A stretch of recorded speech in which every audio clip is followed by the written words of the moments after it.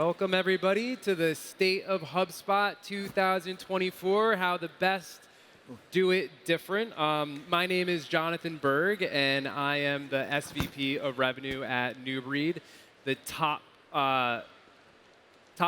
tech-enabled solutions provider in the HubSpot ecosystem, and the lead researcher for the State of HubSpot Research Report. We surveyed 1,600 sales, marketing, customer success, and revenue operations leaders around the trends, challenges, and insights of what they're within the HubSpot ecosystem. And we sliced the data on how the best are doing it differently. And I could not be more honored to be joined by this top-notch panel here, some of the brightest and best minds in the HubSpot ecosystem. We have Sam Jacobs. He is the CEO of Pavilion, the top revenue leadership community in the industry. If you don't know Pavilion, I highly recommend you get on it and join the community today. We have Pete Caputa. He is the CEO of DataBox, a growth analytics platform, and he founded the HubSpot Solutions Partner Program. So we have a lot to thank for Pete. We've got Jill Rowley. She is an LP at Stage 2 Capital, and she was an early employee at Salesforce, an advisor for Marketo, Eloqua, and HubSpot. That experience, thank you, Jill, welcome. And we have Bo Brooks, who is the CRO of Teamwork.com, which is a global professional services automation tool, and he was also the winner of the Modern Salesperson Award for HubSpot last year. So thank you and welcome, everybody. Yeah. All right, people are filing in. You know, this crowd, it makes me realize how passionate you are about HubSpot, about the ecosystem, and about doing things differently. And you know, we're forced to, right? I thought like there was a lot of change going on, and now I find myself in this absolute crazy world of complete disruption around technology capabilities, buyer behavior, go-to-market strategy, all underpinned by AI, right? And because of that research, it really forced me and forced many HubSpot executives and other executives in the ecosystem to ask a very big question, which is, I feel obligated to ask that question right now. And is inbound dead? All right, just saw some faces and some laughs up here. Only 10% of survey respondents said that inbound was their primary go-to-market strategy when we asked them to rank their primary and secondary go-to-market strategy. So I've learned a ton from the Pavilion community, Sam, and one of those things around go-to-market alignment. I'd love to get your reaction to this stat. Well, I guess for me, the short answer is no. Inbound is not dead. The other short answer is outbound is also not dead. I don't know that there's any one single go-to-market motion that's quote-unquote dead. What I do know is that it's harder than ever to get somebody's attention, and this is a problem, I think, fundamentally with attribution as a concept when it comes to marketing, which is that if you think logically about how humans make decisions, we don't make it just because of one thing. We make it because of a preponderance of things. So we make it because of brand and the trust that we have with the brand, which is largely driven often and was popularized by HubSpot through content marketing. But we also make decisions because somebody persuasively tells us how a specific problem will be solved by a specific solution. So when I think about what's the right way to go to market, I think about really omni-channel is the way that I was thinking about it. I would think about combining outbound and inbound with a brand promise that people can trust. And I think the last thing I'll say is relevant to what we're going to be talking about in AI. I think now more than ever, first of all, Pavilion is almost entirely driven by inbound. So it's hard for me to say that inbound's dead when we're having one of the best months we've ever had in terms of growth. And all we do is effectively organic social, primarily often driven by me. And so what I think, you know, I don't know that it's a hot take, but what I will put out there to the audience is that I think we are entering an era where modern authentic storytelling will become more important than ever before because AI is going to flood the channel even more with generic, banal copy oftentimes. And so if you are able to tell an interesting, compelling story, on a platform like LinkedIn or YouTube or anywhere, I think you're going to be differentiated, and that's what people are going to crave is authenticity. But fundamentally, is inbound dead? No, not at all. Yeah. And that's in line with our research as well. We found the top combination was inbound and sales-led growth. That was followed by customer-led growth, ABM, product-led growth, and ecosystem-led growth. And Jill, you've been an evangelist for the near-bound movement, and what's your take on sort of those follow-up go-to-market motions? Yeah, like Sam, I don't think it's one single motion. I think it's a combination of different motions, and I would say that the motions need to be reverse engineered through the lens of who you serve, whose problem you solve. And the near bound is we've moved from the what economy. There's plenty of information and even insights available out there for buyers and for customers. And we're living in the who economy. And Sam, you say most of Pavilion is inbound. I would argue that it's both inbound and nearbound and member-led, to the point of it's a combination. If we think about, I don't actually go to Google anymore. I go to ChatGPT. And the reason I do that is because I get context on the problem, the question I'm trying to answer. And today, as buyers, raise your hand if you're leaning on your peers and other people like analysts with research and data to actually help you become aware and then make decisions and then continue to work with the vendors. I hate the word. But I really think that we're influenced more by people and their stories. So your customer stories are the ones that you want to pull to the front of everything you are doing. Your partner stories pull them to the front, and it's the stories that they tell about you that is your brand. I love that. So if anything, inbound is more alive than ever, and the focus on customers is more important than ever before. But the tactics that deliver against inbound methodologies have to evolve, right? They have to change in this AI era. And HubSpot is evolving as we're all working to find go-to-market fit. In fact, 96% of respondents agree that HubSpot is effectively supporting their go-to-market strategy regardless of the combination of those. And that really brings us to why we all came to this session, why we got a packed crowd here. It's because we want to learn how to do things differently. We want to learn how to evolve, and that's what we did. So we analyzed the best. We sliced and diced and looked at the data to understand the companies that are seeing the most growth, have the lowest customer acquisition costs, and are hitting their revenue targets.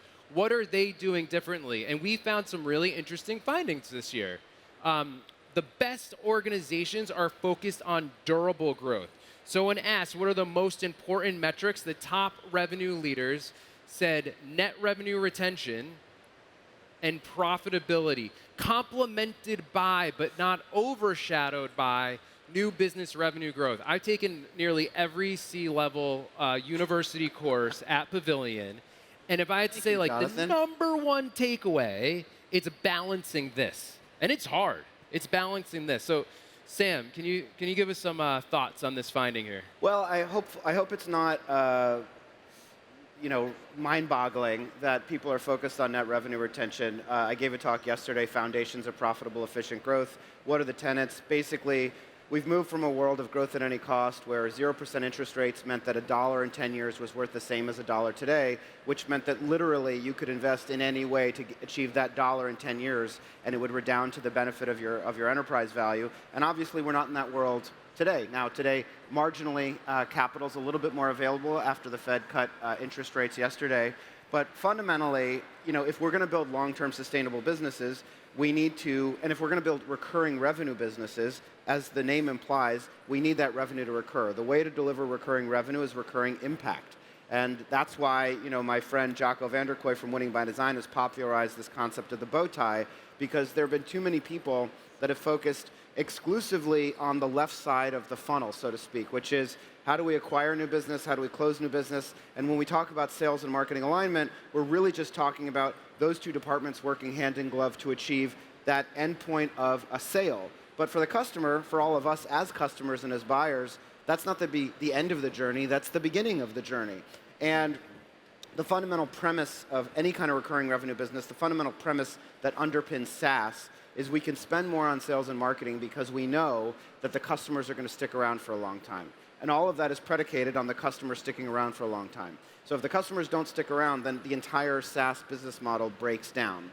And that's why we have to be relentlessly focused on making sure that we're delivering ongoing recurring impact, and that will drive recurring revenue. I would say that one of the things I try to tell people through CRO School at Pavilion and through the other courses we teach is your customer fundamentally decides whether you're in a subscription or not.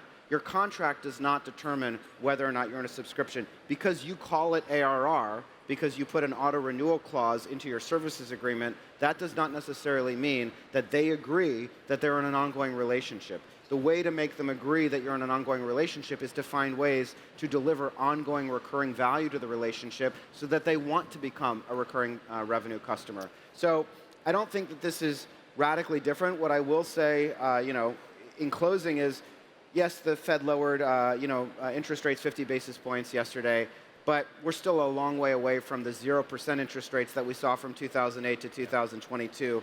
And so I would just caution everybody, we're not going back to 2020. There's not going to be a world, maybe one or two companies, if they put .ai at the end of it, they can raise $100 million on $1 million in revenue. But for the most part, and for most of us on this stage, we have to be focused on building enduring businesses. It's not white-knuckling it until everybody gets stupid again and we can sell our business for 100 times what it's worth. It's really about how do you build long-term sustainable businesses. And that really, it's not rocket science. It comes from focusing on the customer. If you focus on the customer, they will stick around, and that enables all of the other things that you're trying to do around growth. So that's what I would say. So Sam, not in this presentation, but the second highest investment was customer-led growth, so focus on the customer. So you just gave the cliff notes for probably about 2.5 hours of content that Sam and I delivered yesterday around creating durable growth. The next stat that we've got is, I believe, one of the most important stats in the entire project, and that is that the number one reason that organizations are investing in HubSpot, the number one reason is to manage data. And what better person to comment on this stat than Pete Caputa, CEO of DataBox. So what's your reaction to this, Pete? HubSpot's data has just grown over the years, right? So when I joined HubSpot in 2007, it was basically a SEO, some SEO data, and some analytics data. Later on was lead capture. And so, but now the amount of data that HubSpot captures about how you're running your business is just massive. So no surprise that HubSpot's number one reason why customers choose HubSpot is to manage their data. And we've actually gathered a lot of data, as you might imagine, about how HubSpot customers use the product. And when we look at the features they're using most often, it's the things that really allow them to manage data, like CRM tracking or contact management, things like that. So no surprise at all. Great. In terms of. And I had a talk earlier with Google. I've been thinking a lot around first-party data strategies. But Jill, you also have a take on the world of data right now as well. Yeah, I believe data is the foundation of finding your ideal customer profile, finding your ideal partner profile, and that can change over time. Your business evolves, the market evolves. My point about data, and I could go on, but there's so much data that we actually don't even have access to that actually has a greater impact on buyers finding you and selecting you and working with you and advocating on your behalf. And it's the data that sits outside our walls that is in communities. And so at Pavilion, at the event, there could be marketing leaders, a marketing roundtable, and someone mentions oh, we switched from Pardot to HubSpot because it wasn't meeting our needs anymore and it wasn't actually integrated and interoperable with other pieces of our tech stack. That person who hears that story, it's not captured in your lead form.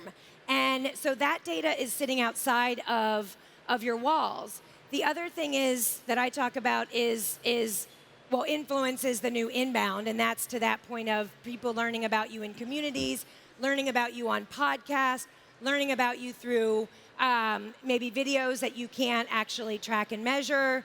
But the other thing I talk a lot about is the ecosystem and your buyers and your customers' ecosystem, and who are the people that they're already working with, what solutions partners, what tech partners are they already working with.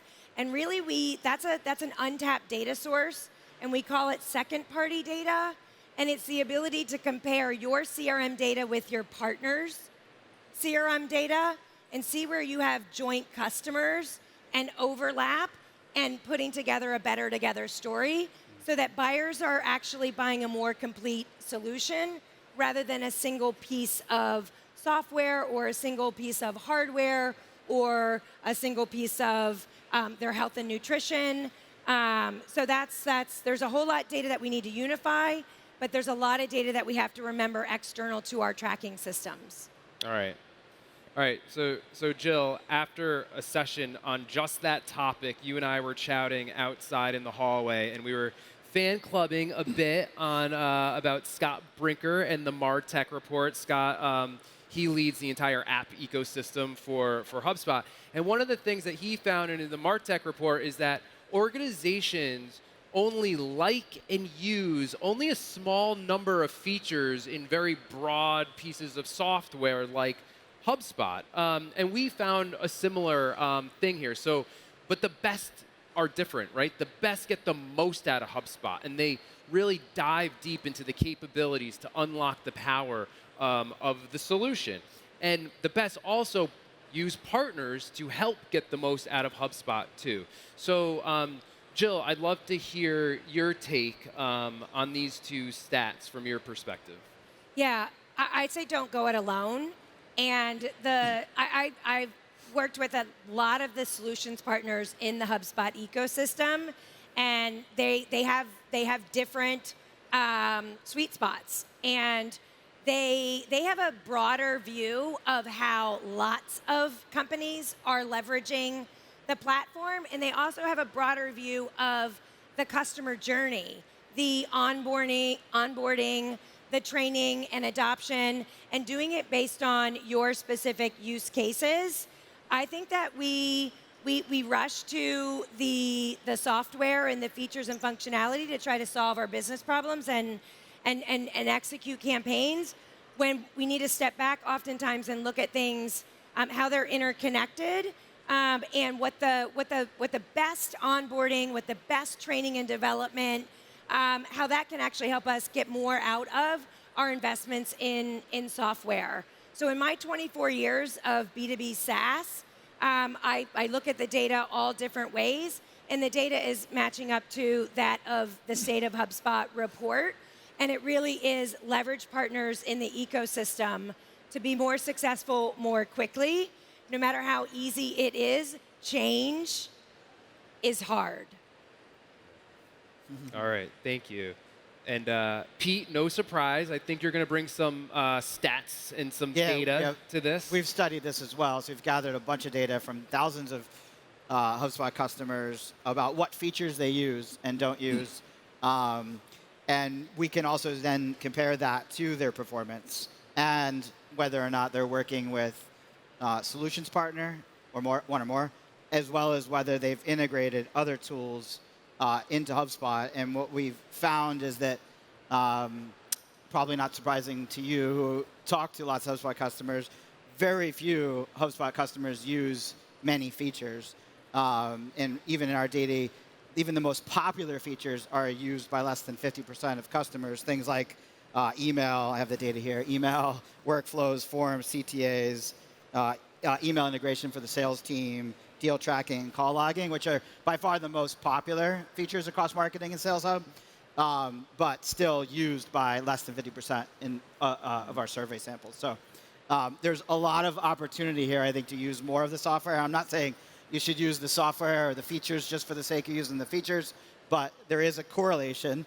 Don't know if it's causation, but there is at least a correlation of HubSpot customer success to a deeper use of the platform and use of more integrations as well as use of partners, solutions partners. Thank you. And Bo, as a practitioner, how are you driving usage of the HubSpot platform among your team? Unfortunately, I don't have better news to tell you than it's hard work. Like I feel like Mike Rowe should have this on Dirty Jobs for sales managers. It comes down first with a good partnership with RevOps, right? We have to have reporting structured in a way that can guide us to what the team is doing well and what they're not doing well. The second piece is sales managers need to be getting into that information with the team to understand why it's working or not working, right? Because there's different levels of using software or not using software. They might not be using it because it doesn't sit in their workflow, so it's inefficient, or it carries them away from the natural flow of your sales motion, or they're just being lazy sales reps, and we need to manage them to the right behavior. So good partnership with RevOps, focused on the right reporting, that guides the roll up the sleeves work of enforcing the right usage, the right behavior. Amazing. Thank you. All right. We're going to do a little bit of a poll, right? This is the state of HubSpot. So we're going to do a little poll of the crowd. Raise your hand if you're going to be investing more in AI in 2025. Okay. Raise your hand if you are investing in sales productivity in 2025. Okay. Raise your hand if you feel like you've been effectively infused AI into your processes. All right, that's kind of what the research shows too. That's good. All right, but the best are closer, right? The best are closer. The top performing organizations, the number one way that they're investing in HubSpot to drive profitable and efficient growth is through productivity with automation and AI. All right. So Bo is the Modern Sales Leader Award winner and someone who's investing heavily in this area. Any thoughts on this dynamic here that we see? Yeah, I mentioned with the adoption of tools, the workflow and getting it slotted right into how a rep works is incredibly important. We at Teamwork have had a couple of false starts with getting AI into our process because it wasn't integrated, right? This concept that HubSpot is pushing of being easy, fast, and unified, we missed it, right? We looked at some email personalization tools that we wanted the team to leverage at scale to increase our communication and personalization. It was outside of the HubSpot workflow where they were doing great personalization, but then they were having to hop back into HubSpot to do LinkedIn engagement, to do email, to do phones, and it was disjointed, disconnected. So after 3 or 4 months of hard work of getting this ready, we had to abandon in short order because it ended up being more work to leverage AI. So getting it into the workflow is paramount when you're evaluating these tools. The other thing I'd call out, HubSpot has done a great job with their predictive deal score. I don't know if anybody is using this object now on the deals, but from sales leadership, it's a great mechanism to pressure test how a rep feels about a deal.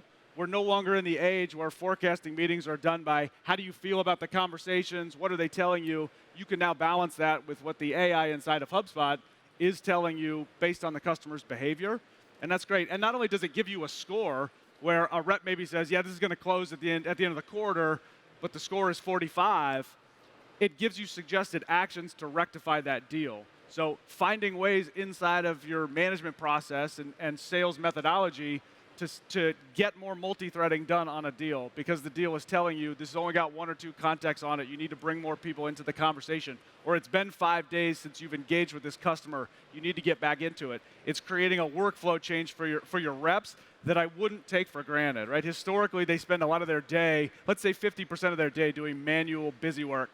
And we're now taking that away and automating it with AI, with machine learning. But we're expecting them to replace that with very high-level thinking on how to move and mature a deal.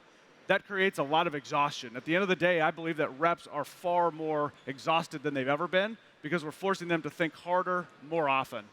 And then the last thing I would call out is, we talk about is inbound dead?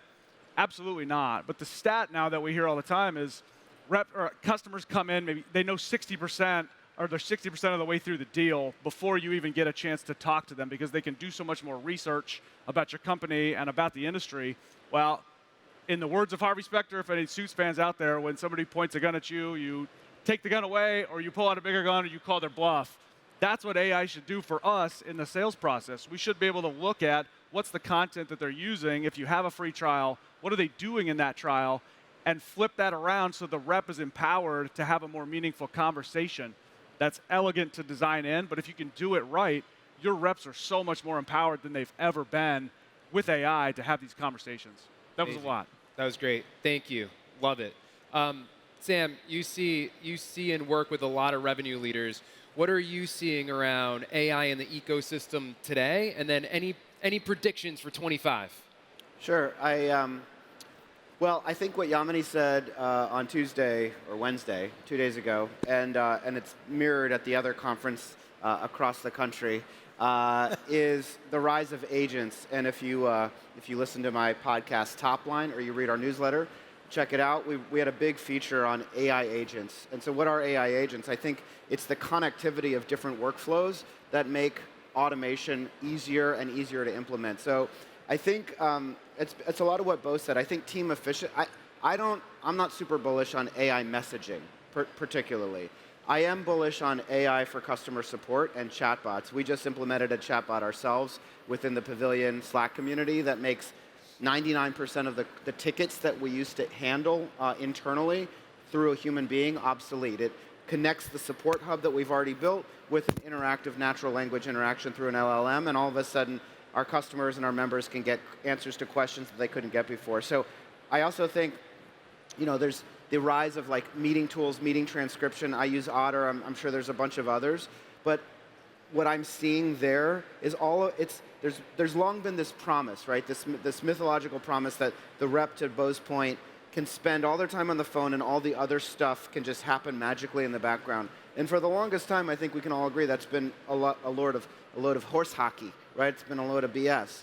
But it's finally coming to fruition from what I'm seeing. So you see with these transcription engines, they're matched to the sales methodology that's in the CRM. They take the conversation, they segment it. So if you're using Medic or you're using Bant, it doesn't even matter. They say this is the element where the person expressed need. This is the next steps.